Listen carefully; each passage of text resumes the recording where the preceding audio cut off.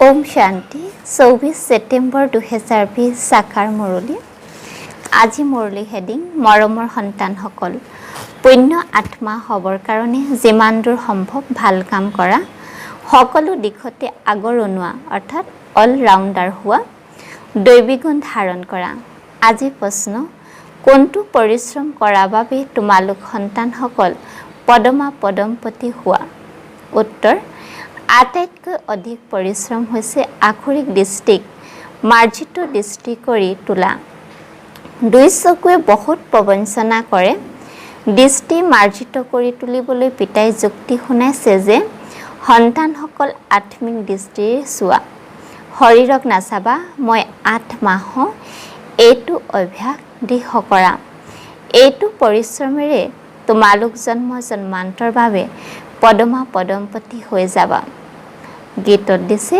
ধৈৰ্য ধৰা হে মন ওম শান্তি এয়া কোনে কলে শিৱ বাবাই হৰি দ্বাৰা কলে কোনো আত্মাই হৰি অবিহনে ক'ব নোৱাৰে পিতাও শৰীৰত প্ৰৱেশ কৰি আত্মাসকলক বুজাই সন্তানসকল এতিয়া তোমালোকৰ শাৰীৰিক সম্পৰ্ক নাই এয়া হৈছে আত্মিক সম্পৰ্ক আত্মাই জ্ঞান লাভ কৰে পৰম পিতা পৰমাত্মাৰ পৰা হৰিধাৰী যিসকল আছে সকলোৱে পঢ়ি আছে পিতাৰটো নিজৰ হৰি নাই সেয়েহে কিছু সময়ৰ বাবে এওঁৰ আধাৰ লৈছে কাৰ আধাৰ লৈছে ব্ৰহ্মা বাবাৰ এতিয়া পিতাই কৈ নিজক আত্মা বুলি নিশ্চয় কৰিব হা বেহদৰ পিতাই আমাক আত্মাসকলক বুজায় এওঁৰ বাহিৰে কোনেও এনেকৈ বুজাব নোৱাৰে আত্মাই আত্মাক কেনেদৰে বুজাব আত্মাসকলক বুজাওঁতা পৰমাত্মাৰ প্ৰয়োজন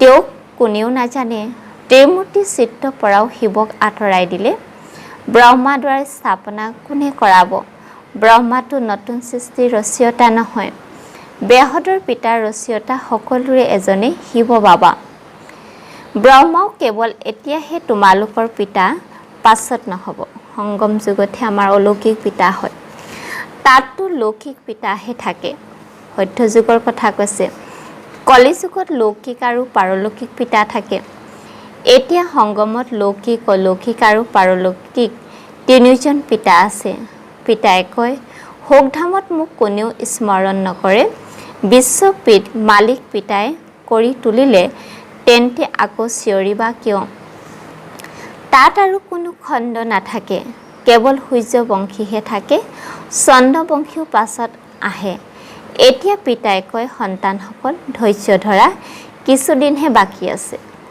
স্বৰ্গ আহিবলৈ পুৰুষাৰ্থ ভালদৰে কৰা দৈবিক গুণ ধাৰণ নকৰিলে পদো ভস্ত হৈ যাব এয়া বহুত ডাঙৰ লটাৰী উকিল ডক্তৰ আদি হোৱাটো লটাৰী নহয় জানো বহুত ধন উপাৰ্জন কৰে বহুতৰ ওপৰত হুকুম চলায় যিয়ে ভালদৰে পঢ়ে আৰু পঢ়ায় তেওঁলোকে উচ্চ পদ পাব পিতাক স্মৰণ কৰিলে বিকৰ্ম বিনাশ হ'ব পিতাকো বাৰে বাৰে পাহৰি যায় মায়াই স্মৃতি পাহৰাই দিয়ে জ্ঞান পাহৰাই নিদিয়ে পিতায়ে কৈও যে নিজৰ উন্নতি কৰিবলৈ হ'লে ক্ষতিয়ান ৰাখা গোটেই দিনটোত কোনো পাপ কৰ্মটো নকৰিলোঁ নহ'লে 100 গুণা পাপ হৈ যাব যজ্ঞ তত্ত্বাধান কৰোতাসকল বহি আছে তেওঁলোকৰ ৰায় লৈ কৰা এনেকৈ কৈও যে যি খুৱাওঁ য'ত বহুৱাওঁ গতিকে বাকী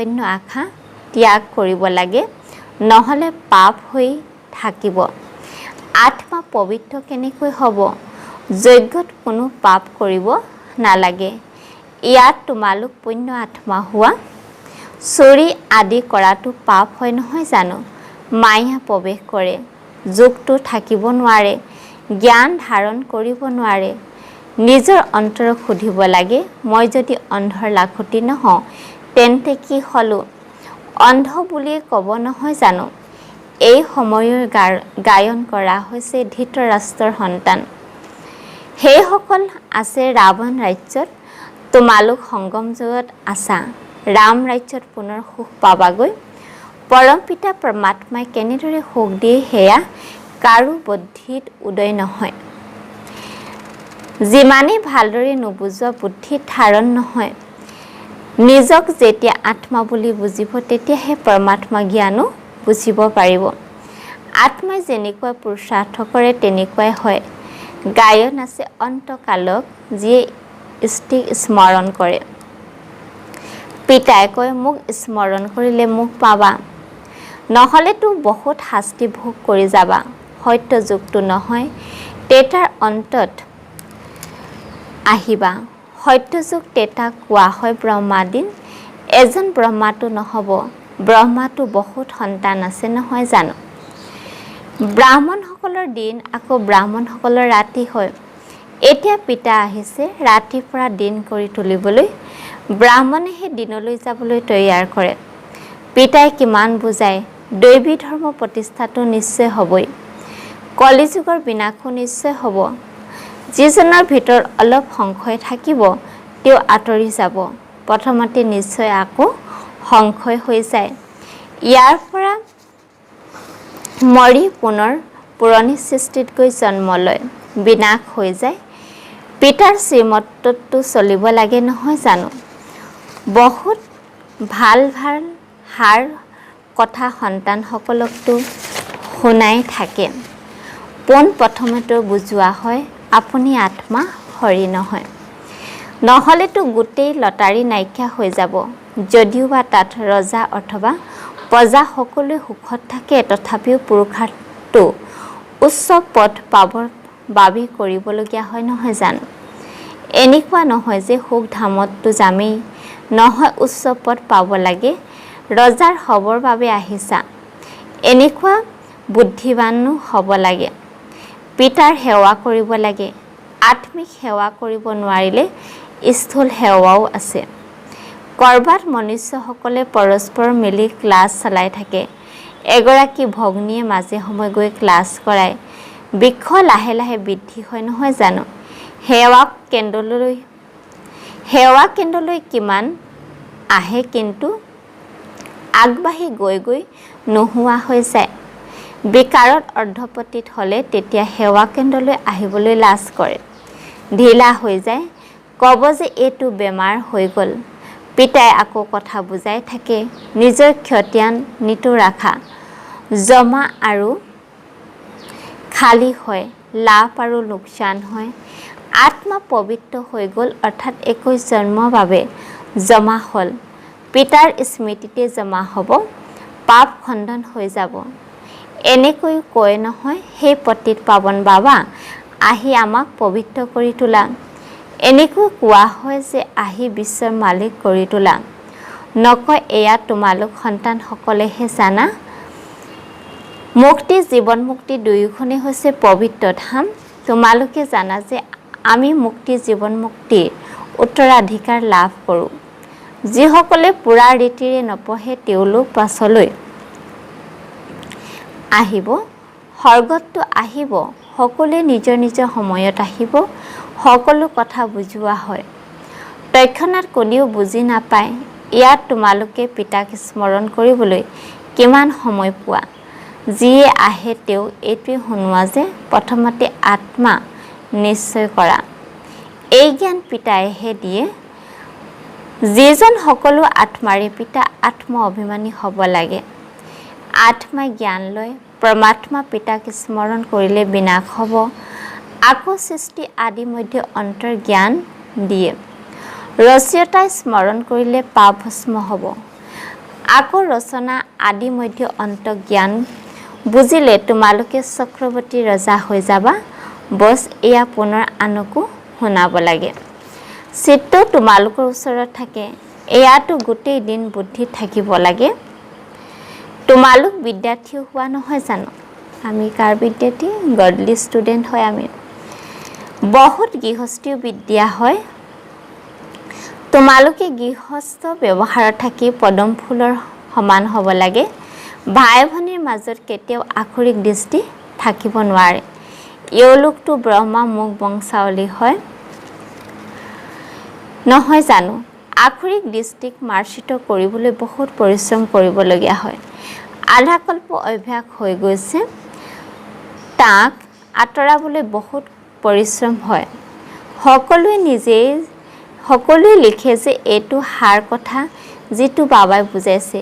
আখৰিক দৃষ্টি আঁতৰ কৰা এইটো বৰ কাৰা, বাৰে বাৰে বুদ্ধিত গুচি যায়। বহুত সংকল্প উদয় হয়। এতিয়া দুচকু কি কৰোঁ? সুৰদাসৰ দৃষ্টান্ত দিয়ে। সেয়াটো এটা কাহিনী ৰচি দিছে। দেখিলে দুচকুৱে মোক প্ৰবঞ্চনা কৰে, সেয়েহে চকু উলিয়াবলগীয়া হয়। মনুষ্যটো এইটো কথা নকয়। বছ চকুত সকলোৰে আছে যে, কিন্তু আখৰি সেই আখৰিক দৃষ্টিক মাৰ্জিত কৰিব লাগে। মনুষ্যই ভাবে ঘৰত থাকি কৰাটো হ'বই নোৱাৰে। পিতাই কয় হ'ব পাৰে, কিয়নো আমদানি বহুত আছে। তোমালোকে জন্ম জন্মান্তৰ কাৰণে পদমা পদমপতি হোৱা, তাত হিচাপেই নহয়। আজিকালি বাবাই নামেই পদমা পদমপতি পদ্মাৱতী ৰাখি দিয়ে। তোমালোক অলেখ পদমপতি হোৱা, তাত হিচাপেই নহয়। যেতিয়া টকা পইচা আদি ওলোৱাই তেতিয়া হিচাপ হয়। তাততো সোণ ৰূপৰ মহৰ কামত আহে। আগতে ৰাম সীতাৰ ৰাজ্য মোহৰ আদি পোৱা গৈছিল। বাকী সূৰ্যবংশী ৰাজত্ব কেতিয়াও দেখা নাই। চন্দ্ৰবংশী দেখি আহিছে। প্ৰথমেতো সকলো সোণৰ মোহৰেই আছিল, তাৰ পাছত ৰূপ তাম আদিতো পাছতেই ওলাইছে। এতিয়া তোমালোক সন্তানসকলে পিতাৰ পৰা পুনৰ উত্তৰাধিকাৰ লোৱা। সত্য যুগত যি ৰীতি প্ৰথা চলিবলগীয়া আছে সেইটো চলিবই। তোমালোকে নিজৰ পুৰুষাৰ্থ কৰা। স্বৰ্গত বহুত কম সংখ্যক আছে। আয়ুসো দীঘলীয়া হয়, অকাল মৃত্যু নহয়। তোমালোকে বুজি পোৱা যে আমি কালৰ ওপৰত বিজয়ী হওঁ। মৃত্যু নামেই নাই, সেইখনক কোৱা হয় অমৰলোক। এইখন হৈছে মৃত্যুলোক। অমৰলোকত হাহাকাৰ হয়। কোনোবা বয়োজ্যেষ্ঠ মৃত্যু হ'লে বেছিহে আনন্দিত হ'ব, পুনৰ সৰু শিশু হ'বগৈ। ইয়াততো মৃত্যু হ'লে হাহাকান্দা কৰিবলৈ ধৰে। তোমালোকে কিমান ভাল জ্ঞান পোৱা, কিমান ধাৰণা হ'ব লাগে, আনকো বুজাবলগীয়া হয়। বাবাক কোনোবাই যদি কয় মই আত্মিক সেৱা কৰিব বিচাৰোঁ, বাবাই তৎক্ষণাৎ ক'ব ঠিক আছে কৰা। বাবাই কাকো বাধা নিদিয়ে, জ্ঞান দিয়ে। জ্ঞান যদি নাই তেন্তে অজ্ঞানী হয়। অজ্ঞানতাৰ বাবে বহুত অৰ্হিত কৰি দিয়ে। সেয়াও ভালদৰে কৰিব লাগে নহয় জানো? যেতিয়ালৈকে লটাৰী পাবা। বহুত শ্ৰেষ্ঠ লটাৰী হয়। এয়া হৈছে ঈশ্বৰীয় লটাৰী। তোমালোক ৰজা ৰাণী হ'লে তোমালোকৰ নাতি নতুনী সকলোৱে ভোগ কৰি থাকিব। ইয়াততো প্ৰত্যেকৰে নিজৰ কৰ্ম অনুসৰি ফল লাভ কৰে। কোনোবাই বহুত ধন দান কৰিলে তেতিয়া ৰজা হয়। গতিকে পিতাই সন্তানসকলক সকলো বুজায়। ভালদৰে বুজিবলৈ ধাৰণ কৰিব লাগে, সেয়াও কৰিব লাগে। শতাধিকাৰ সেৱা হয়। কৰবাত ভক্তি ভাৱনা থকাসকল বহুত ভাল হয়, বহুত শক্তি কৰে। সেইবাবেতো জ্ঞানো ভালকৈ হয়। চেহেৰাৰ পৰা গম পোৱা যায়। শুনিলে আনন্দিত হৈ থাকিব লাগে। যিদৰে কাকো নিশিকায় তেন্তে একো বুজি পোৱা নাযায়। এখন কাণেৰে শুনি আনখনে উলিয়াই দিয়ে। এতিয়া হৈছে বেহদৰ পিতাই বেহদৰ উত্তৰাধিকাৰ লোৱাৰ সময়। যিমান ল'বা জন্ম জন্মান্তৰ কল্পান্তলৈ পাবা, নহ'লেতো পাছত বহুত অনুতাপ কৰিবা। তেতিয়া সকলোৰে সাক্ষাৎকাৰ হ'ব। মই পুৰা নপঢ়িলোঁ, সেয়ে পদো পাব নোৱাৰিলোঁ। বাকী কি হ'বাগৈ? লগোৱা লিখছোঁ সাধাৰণ প্ৰজা। এয়া সাধাৰণ স্থাপন হৈ আছে। এনেকুৱা যেনেকুৱা কৰিব সেই অনুসৰি ফল প্ৰাপ্ত কৰিব। নতুন সৃষ্টিৰ কাৰণে কেৱল তোমালোকেই পুৰুষাৰ্থ কৰা। মনুষ্যই দান পুণ্য কৰে, সেয়াও সেইখন সৃষ্টিৰে নাটক। এয়াতো গতানুগতিক কথা। আমি ভাল কাম কৰিলে পৰৱৰ্তী জন্মত ভাল ফল পাম।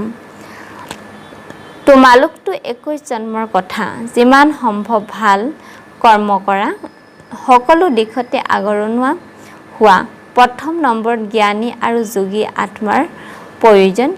জ্ঞানীও লাগে ভাষণ দিবৰ কাৰণে মহাৰ্থীসকলক মাতে নহয় জানো, যিসকলে সকলো প্ৰকাৰৰ সেৱা কৰে, গতিকে পুণ্যটো হয়ে।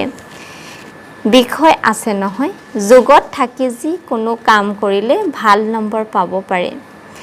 নিজৰ অন্তৰক সুধিব লাগে, মই সেৱা কৰোঁনে নে কেৱল খাওঁ শুই থাকোঁ। ইয়াততো এই পঢ়াৰে কথা, বাকী কোনো কথা নাই। তোমালোকে মনুষ্যৰ পৰা দেৱতা, নৰৰ পৰা নাৰায়ণ হোৱা, অমৰ কোঠা তৃতীয় নেত্ৰৰ কথা এয়াই। মনুষ্যটো সকলো মিছা কথা কৈ দিয়ে।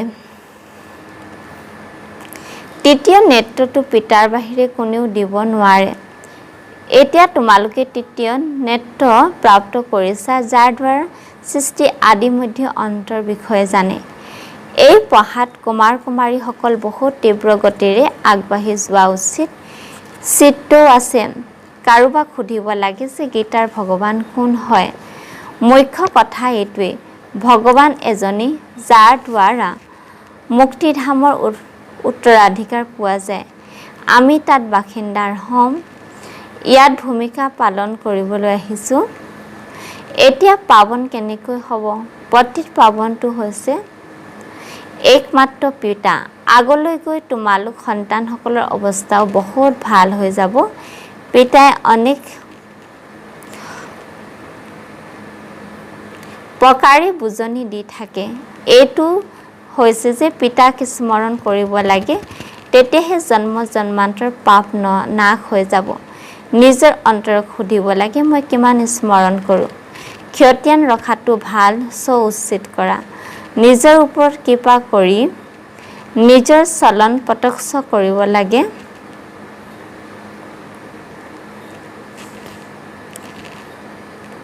মই কিমান স্মৰণ কৰোঁ। ক্ষতিয়ান ৰখাটো ভাল, উন্নতি কৰা।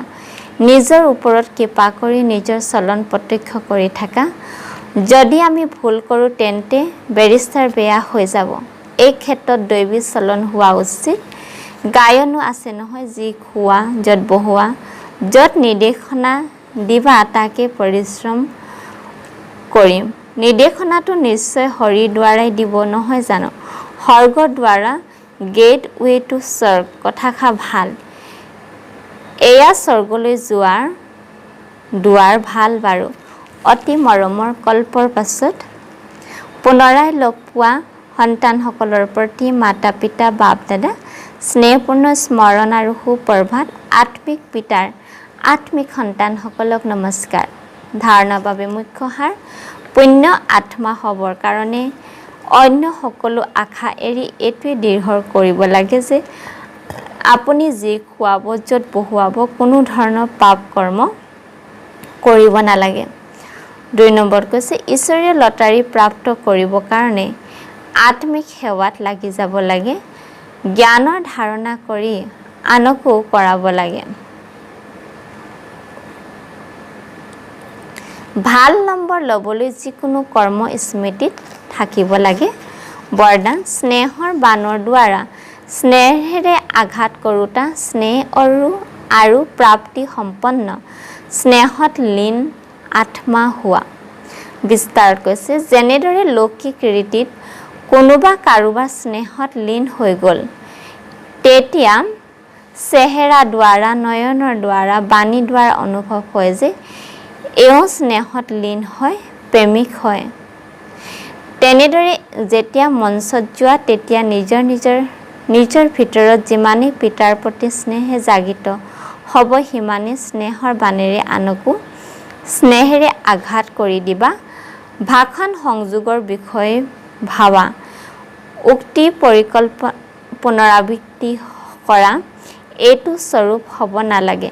স্নেহ আৰু প্ৰাপ্তি সম্পন্ন স্বৰূপ, স্নেহত লীন স্বৰূপ হোৱা, কৃতিত্বৰে ব্যক্ত কৰিলে তাৰ প্ৰভাৱ পৰে। শ্লোগান, সম্পূৰ্ণতা দ্বাৰা সমাপ্তি সময় সমীপত আনা। ওম শান্তি।